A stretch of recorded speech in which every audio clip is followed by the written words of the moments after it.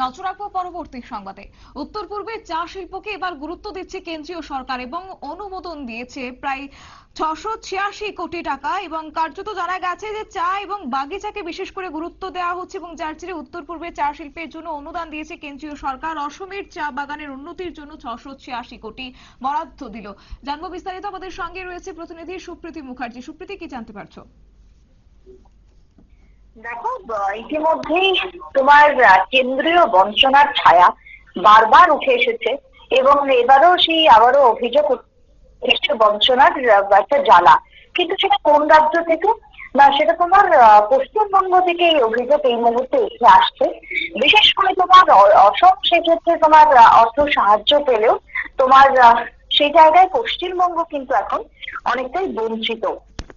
দেখো, চলতি অর্থবর্ষের যদি কথা বলি, সেক্ষেত্রে অসম চা বাগানকে ইতিমধ্যেই কেন্দ্র দিচ্ছে চা শ্রমিকদের উন্নতি কল্পে তোমার 686 কোটি টাকা। পশ্চিমবঙ্গে সেখানে কত? না, 313 কোটি টাকা বরাদ্দ করা হয়েছে। দেখো, চা পর্ষদের যে 70তম বার্ষিক রিপোর্ট, সেই রিপোর্টে শ্রমিকদের কল্যাণে কেন্দ্রের বরাদ্দের বছরভর খরচের যে তথ্য দেওয়া হয়েছে, তাতে করে এটা স্পষ্ট যে অসমের অর্ধেকও পায়নি উত্তরবঙ্গ। তথা এই রাজ্যের অর্থাৎ পশ্চিমবঙ্গের বাজারগুলো বা বাগানগুলো, উত্তরবঙ্গের একটা বিরাট বড় চা বাগান বা চা শিল্প রয়েছে, দার্জিলিং টি, একটা দেশের মধ্যে অন্যতম প্রসিদ্ধ নাম। কিন্তু সেই দার্জিলিং টি আস্তে আস্তে তোমার মিলিয়ে যেতে বসেছে। কারণ কি? কেন্দ্রের অর্থ বরাদ্দ সেক্ষেত্রে জোটেনি বা জুটছে না।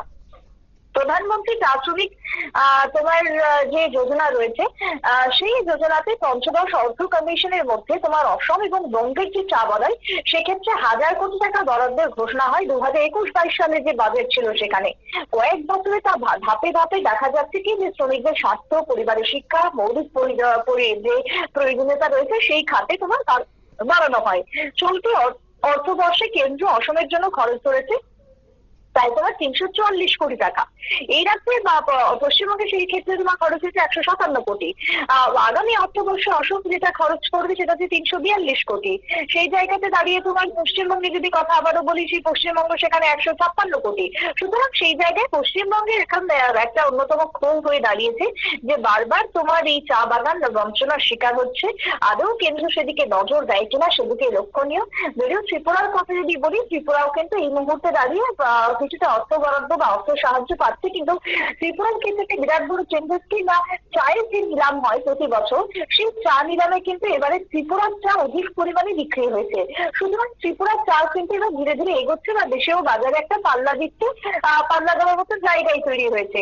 সেই জায়গায় কেন্দ্রের যদি অর্থ বরাদ্দ ত্রিপুরা সহ পশ্চিমবঙ্গের ক্ষেত্রে আরেকটু বেশি হয়, তাহলে আগামী দিনে তোমার এই সমস্ত রাজ্যের চা বাগান শ্রমিকরা তারা বিশেষ করে তাদের আর্থসামাজিক অবস্থার উন্নতি ঘটবে।